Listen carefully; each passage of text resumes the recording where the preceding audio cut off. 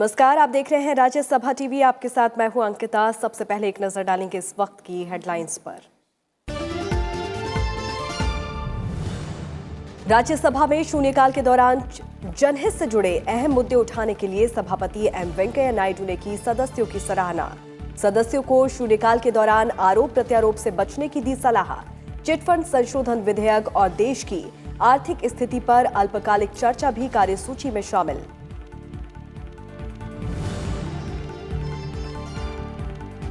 FCI की अधिकृत पूंजी को मौजूदा 3500 करोड़ रुपए से बढ़ाकर 10,000 करोड़ रुपए करने को केंद्रीय कैबिनेट की मंजूरी। सभी अनाजों की 100% पैकेजिंग में जूट की बोरियों के इस्तेमाल को जरूरी बनाए जाने पर भी मुहर। 15वें वित्त आयोग का बढ़ाया गया कार्यकाल।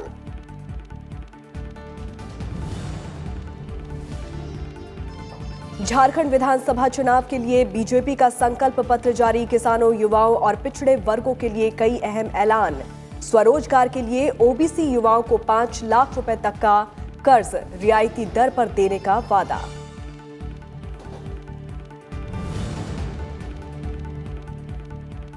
महाराष्ट्र में शिवसेना कांग्रेस एनसीपी गठबंधन के नेता चुने गए। उद्धव ठाकरे कल लेंगे मुख्यमंत्री पद की शपथ।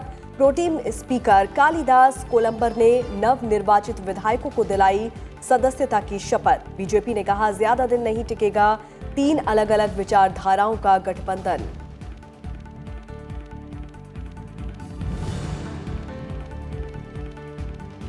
सरहदों की अंतरिक्ष से होगी निगरानी। हाई रिजोल्यूशन तस्वीर लेने में सक्षम कार्टोस 3 उपग्रह का श्रीहरिकोटा के सतीश धवन अंतरिक्ष केंद्र से सफल प्रक्षेपण। 13 अमेरिकी कमर्शियल नैनो सैटेलाइट का भी प्रक्षेपण।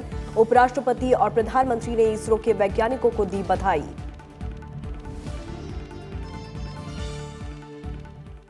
राज्यसभा में आज शून्यकाल के दौरान जनहित से जुड़े अहम मुद्दे उठाने के लिए सभापति एम वेंकैया नायडू ने सदस्यों की सराहना की। शून्यकाल खत्म होने से पहले उन्होंने कहा कि वो सदन के सदस्यों के व्यवहार और व्यवस्थित ढंग से मुद्दे उठाने को लेकर बहुत खुश हैं।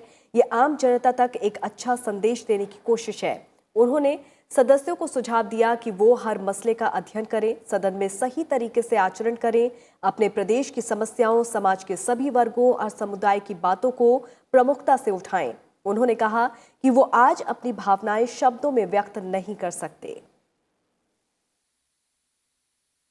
I am really filled with joy and really tears are coming to my ears. The way my members of this house today, the way they contributed, they made their point in a well-structured manner and articulated. This is the message I want this house to convey to the people on daily basis on every issue. Studying properly, coming here and articulating in a proper manner, highlighting the problems of their state or the communities or different sections of the people.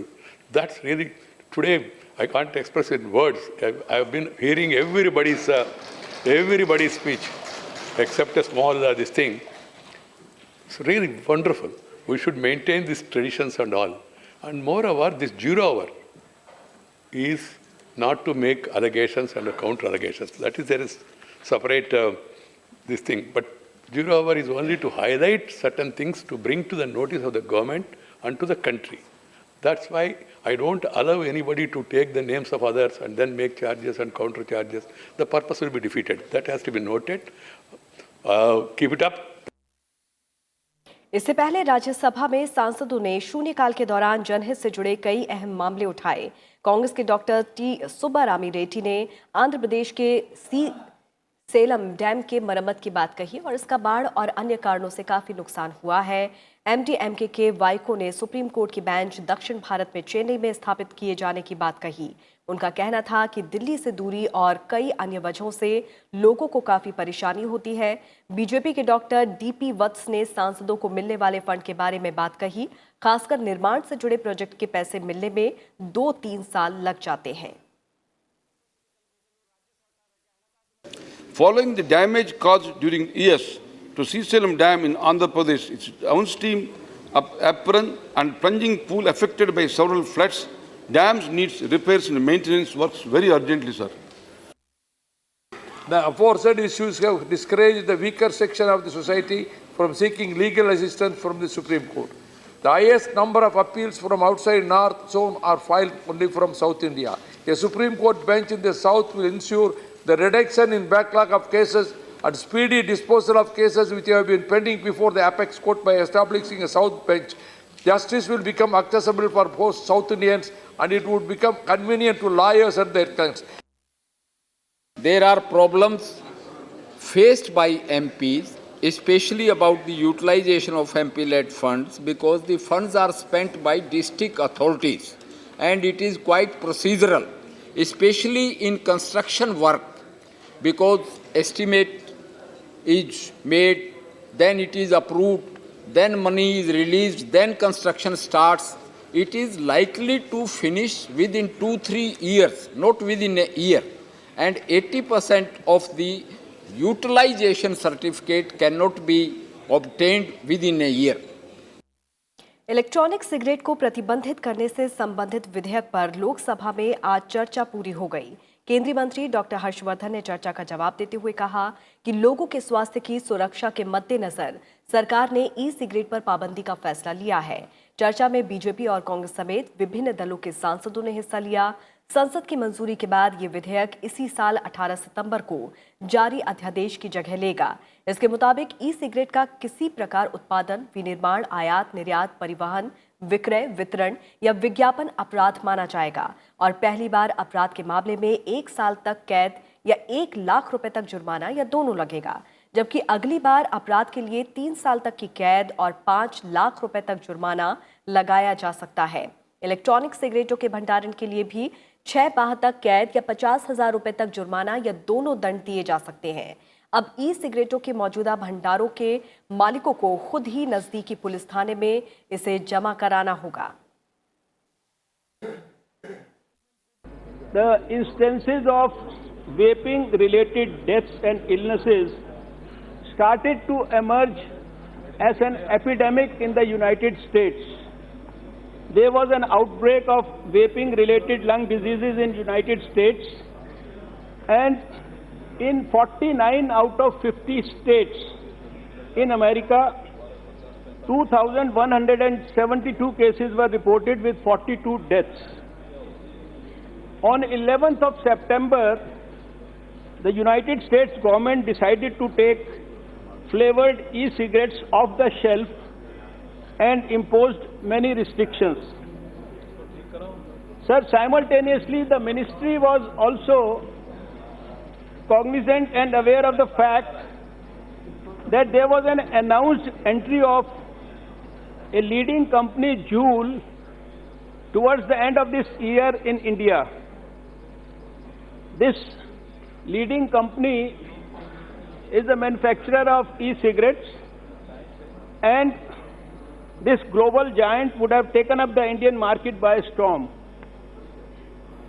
The need of the hour was preventive action, and immediately the ordinance was promulgated on 18th of September 2019. इस मामले में और अधिक जानकारी के साथ हमारे संवाददाता पंचानन मिश्रा इस वक्त संसद परिसर से हमारे साथ जुड़े हैं। सीधे रुख करते हैं पंचानन का। पंचानन, राज्यसभा में शून्यकाल के दौरान जनहित से जुड़े अहम मुद्दे उठाने पर सभापति एम वेंकैया नायडू ने सदस्यों की सराहना की और सलाह भी दी है। वहीं आर्थिक स्थिति पर आज अल्पकालिक चर्चा भी हो सकती है। कार्यसूची में और क्या कुछ अहम है, क्या कुछ खास है?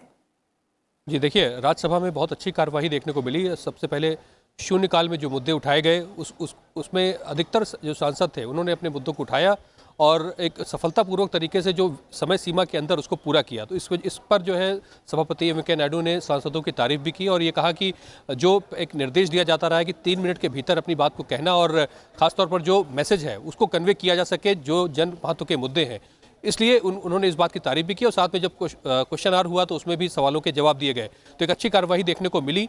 उसके बाद अब 2 बजे जब सदन की कार्यवाही दोबारा शुरू होगी तो ये उम्मीद की जा रही है कि शॉर्ट ड्यूरेशन डिस्कशन जो अल्पकालिक चर्चा है देश की आर्थिक स्थिति पर जो उसको उठाया विभिन्न दलों के सांसदों ने, उस पर एक अच्छी चर्चा देखने को मिलेगी। विपक्ष लगातार कई दिनों से मांग भी कर रहा था कि इस पर चर्चा होनी चाहिए और एक आमतौर पर एक कन्वेंशन भी बना हुआ है कि हफ्ते में एक बड़ी चर्चा ली जा सके, जैसा कि हमने देखा इसके पिछले हफ्ते में भी चर्चा हो चुकी है। जी। तो ये एक प्रदूषण पर हुई थी, आज जो आर्थिक स्थिति पर चर्चा है, एक सवाल में कई सारे उठेंगे, विपक्ष के पास ये कोशिश भी होगी, इसकी मौका भी होगा कि सरकार को आर्थिक जो देश में स्थिति है उस पर सवाल पूछ सके, उस पर घेर भी सके, तो एक अच्छी चर्चा देखने को मिल सकती है। साथ साथ चिट फंड से जुड़ा जो बिल है जिस पर कल चर्चा हुई थी और अधूरी रह गई थी, आज वो भी अगर समय बचता है तो उसके पूरा होने की उम्मीद है और जवाब यहाँ पर उस पर चिट फंड पर वित्त मंत्री की तरफ से आ सकता है। बिल्कुल। साथ ही साथ लोकसभा की बात करें तो यहाँ पर ई सिगरेट को प्रतिबंधित करने से संबंधित विधेयक पर चर्चा पूरी हो चुकी है। लोकसभा के एजेंडे में क्या कुछ अहम है? बिल्कुल, देखिए राज्यसभा की तरह ही लोकसभा में भी शून्यकाल और प्रश्नकाल की अच्छी कार्रवाई चली और कई सवालों के जवाब भी दिए गए। खासकर जैसा हमने देखा कश्मीर की स्थिति पर प्रश्नकाल के दौरान सवाल हुआ था और राजनाथ सिंह ने ये बताया कि वहाँ पर स्थिति बिल्कुल सामान्य है बतौर रक्षा मंत्री। इसके साथ ही जब ई सिगरेट्स का जो जुड़ा बिल है उस पर चर्चा पूरी हो चुकी थी, जवाब यहाँ पर हर्षवर्धन उन्होंने दिया।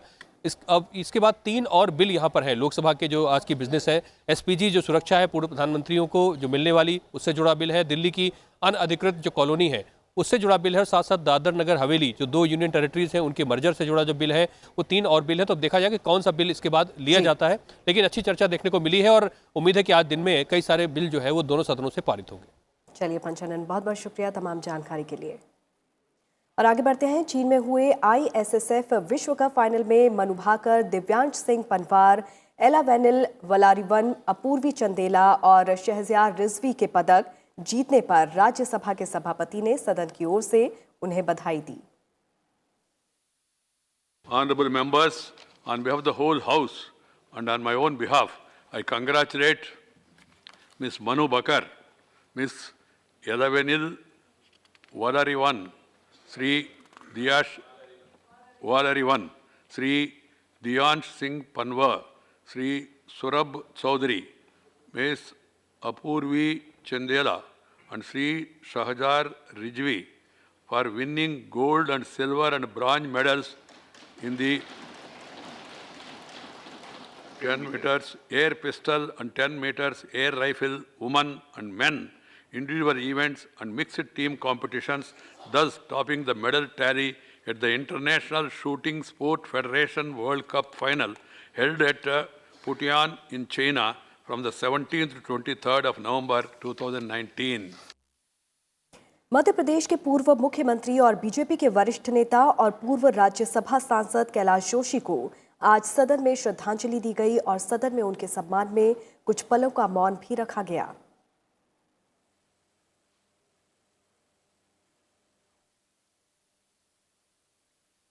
Honorable members,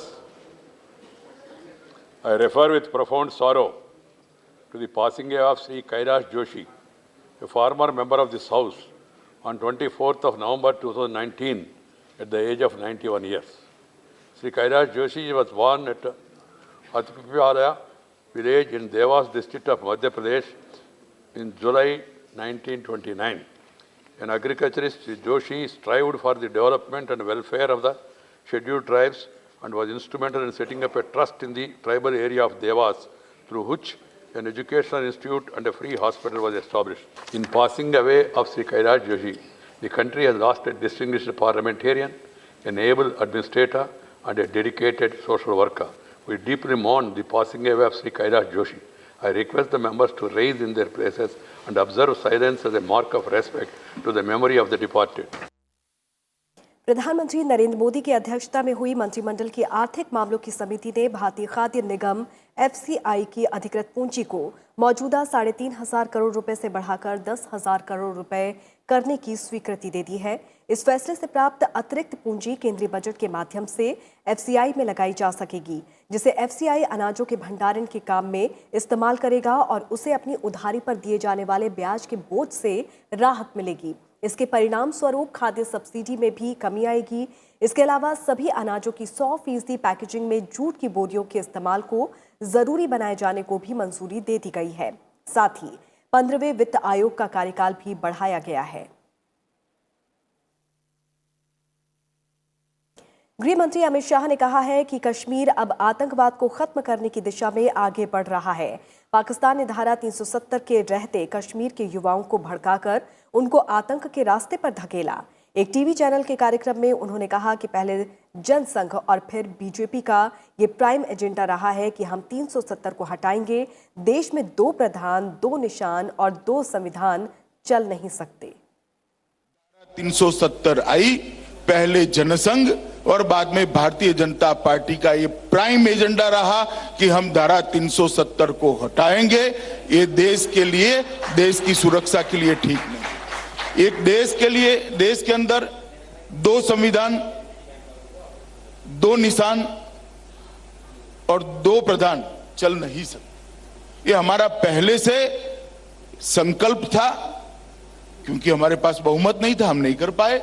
जब हुआ तब कर दिया। इसमें आश्चर्यचकित होने की किसी की बात नहीं।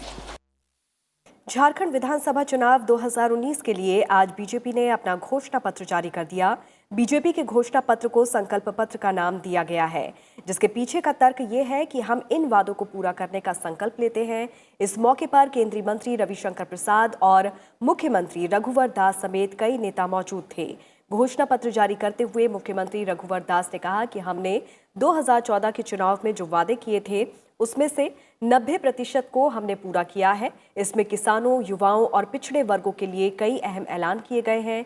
प्रतिवेदन प्राप्त होने के 6 माह के अंदर ही संविधान के दायरे में पिछड़े वर्ग को सेवाओं, नौकरी और शिक्षण संस्थानों में आरक्षण दिया जाएगा। स्वरोजगार के लिए ओबीसी युवाओं को 5 लाख रुपए तक का कर्ज रियायती दर पर देने का वादा किया गया है। झारखंड की 81 सीटों के लिए 30 नवंबर से 20 दिसंबर तक 5 चरणों में विधानसभा चुनाव होने हैं। बीजेपी की कोशिश रघुवर दास की अगुवाई में एक बार फिर से सत्ता में वापसी की है। किसानों के सम्यक विकास के लिए भाजपा प्रतिबद्ध है। ये डबल इंजन की सरकार के कारण, जहां माननीय प्रधानमंत्री पीएम किसान योजना, हमारी सरकार ने मुख्यमंत्री कृषि आशीर्वाद योजना के तहत मिनिमम एक किसान को 11,000 रुपया, 5 एकड़ के किसान को 31,000 रुपया हमारी सरकार दे रही है। उसी तरह धान का समर्थन मूल्य भी आपने देखा भारत सरकार ने बढ़ाई। हमने भी बोनस का भी वादा 2014 में की थी और लगातार राज्य सरकार ने बोनस देने का काम की। इस बार भी हम लोग 150 रुपये बोनस अतिरिक्त देने का काम राज्य सरकार कर रही है। मछली उत्पादन में भी हम लोग राज्य को आत्मनिर्भर बना रही है। सरकार में रिक्त पदों भरने का काम किया जाएगा। शिवसेना प्रमुख उद्धव ठाकरे 28 नवंबर को महाराष्ट्र के मुख्यमंत्री पद की शपथ लेंगे। उद्धव ठाकरे शिवाजी पार्क में एक समारोह में कल शाम मुख्यमंत्री पद की शपथ लेंगे। इससे पहले उद्धव ठाकरे को महाराष्ट्र विकास अघाड़ी का नेता चुन लिया गया। इसके बाद उन्होंने कांग्रेस, शिवसेना और एनसीपी के नेताओं को संबोधित किया। गठबंधन के नेताओं ने राज्यपाल को 166 विधायकों के समर्थन वाला एक पत्र सौंपा। इस बीच बीजेपी के विधायक कालिदास कोलंबकर प्रोटेम स्पीकर बन गए हैं। राज्यपाल भगत सिंह कोश्यारी ने कहा कि उन्हें शपथ दिलाई। प्रोटेम स्पीकर आज राज्य के नवनिर्वाचित विधायकों को शपथ दिला रहे हैं।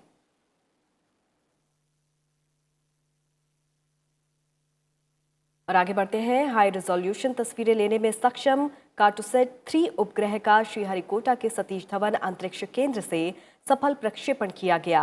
इसे आज सुबह 9:28 पर PSLV C-47 से लॉन्च किया गया। इस लॉन्च व्हीकल से अमेरिका के 13 नैनो सैटेलाइट को भी प्रक्षेपित किया गया। ये कार्टोसैट श्रृंखला का 9वां उपग्रह है। PSLV C-47 की ये 49वीं उड़ान है, जो कार्टोसैट 3 के साथ अमेरिका के वाणिज्यिक उद्देश्य वाले 13 छोटे उपग्रहों को लेकर अंतरिक्ष में गया है।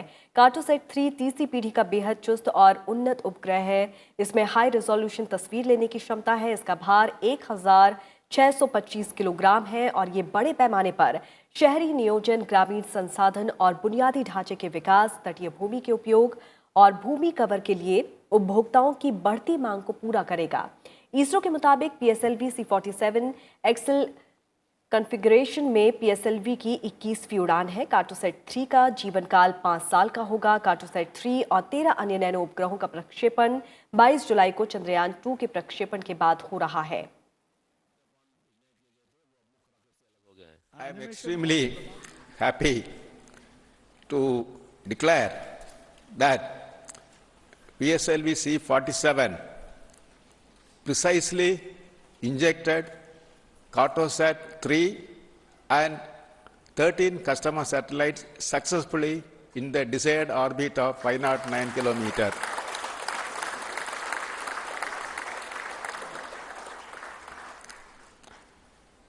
Cartosat 3 is the Indian highest resolution civilian spacecraft. It is also a most complex and advanced Earth observation satellite ISRO has built so far. We are having 13 missions up to March. These 13 missions comprises of the 6 launch vehicle missions and 7 satellite missions we are targeting before March. Our hands are full. As usual, the team ISRO will rise to the occasion and meet the challenges and requirement and make every mission a grand success.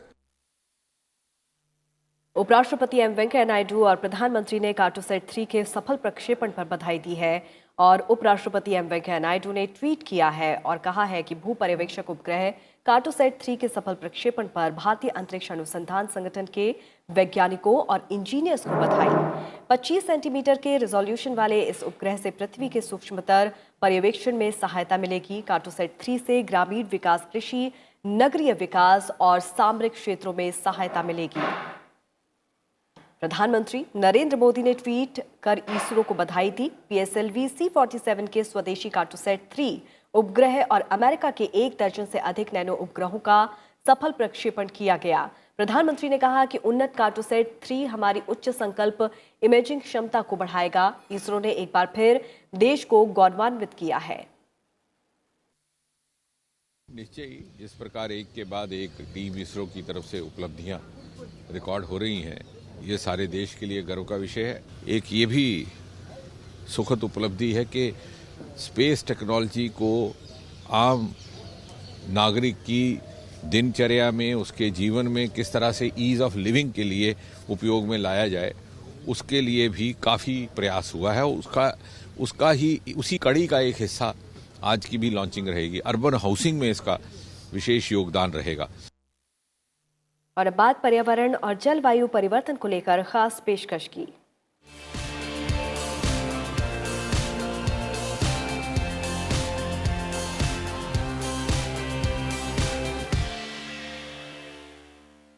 वातावरण में green house गैसों में वृद्धि नए स्तर पर पहुंच गई है। हवा में कार्बन की मौजूदगी 50% तक बढ़ चुकी है। साल 2017 में कार्बन का वैश्विक औसत 405.5 ppm था, जो साल 2018 में 407.8 ppm तक पहुंच गया है। विश्व मौसम विज्ञान संगठन के मुताबिक पृथ्वी पर अब तक की सर्वाधिक ग्रीन हाउस गैस साल 2018 में रिकॉर्ड की गई। मीथेन और नाइट्रस ऑक्साइड भी हवा में बढ़ा है। 2018 में मीथेन 1859 ppb भी था और साल 1900 के मुकाबले 2.5 गुना अधिक है। इसी तरह नाइट्रस ऑक्साइड भी 331.1 ppb दर्ज किया गया है। वनों की तेजी से कटाई और कोयला जलाने की वजह से इसमें तेजी से इजाफा हो रहा है।